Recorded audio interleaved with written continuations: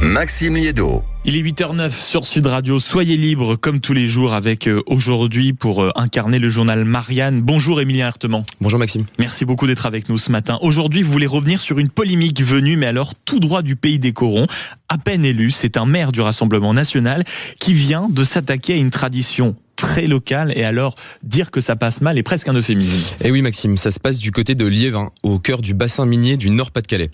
Ce mercredi, France Inter révélait que le maire RN de la commune, Dany Paiva, 30 ans et fraîchement élu, avait décidé de supprimer purement et simplement la cérémonie du 1er mai, en hommage aux mineurs. La raison, cet événement serait, je cite, utilisé par les syndicats pour faire de la politique.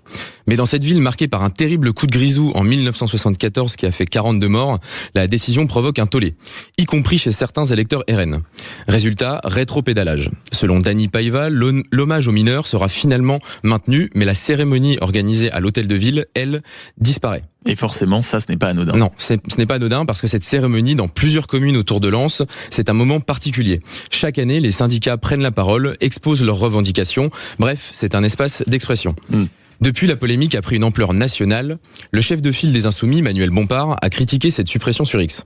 Dany Paiva, lui, a répondu en affirmant, je cite, écoutez bien, le rôle des syndicats n'est pas de faire de la politique, mais de défendre les travailleurs. Or, ça fait bien longtemps qu'ils ont oublié ce principe. On est d'accord que ça fait quand même partie des déclarations absurdes de cette semaine. Ah oui, c'est grotesque même.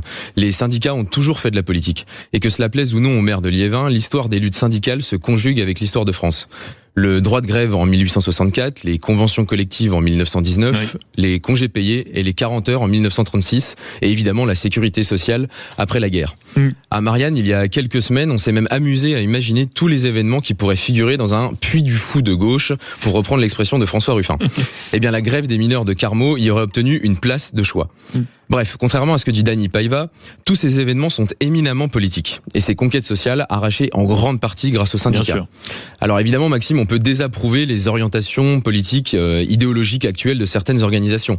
On peut même comprendre qu'un maire n'ait pas envie d'entendre les revendications de ses opposants dans sa propre mairie. Mais les exclure complètement, les réduire à des officines militantes à bannir au mépris de la tradition historique locale, c'est tout de même une vision très restrictive et assez révélatrice du rapport au débat démocratique.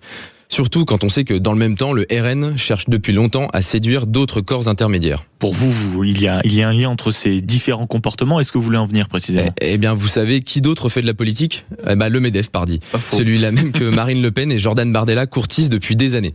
Et de fait, les élus du RN sont aujourd'hui plus volontiers invités à dîner par les patrons qu'à venir partager une merguez dans les cortèges syndicaux. Des manifestations où l'on scande davantage « Siamo tutti antifascisti » que « on est chez nous ».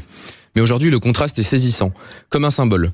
D'un côté, les organisations syndicales des salariés sont tenues à distance, caricaturées et méprisées par le RN.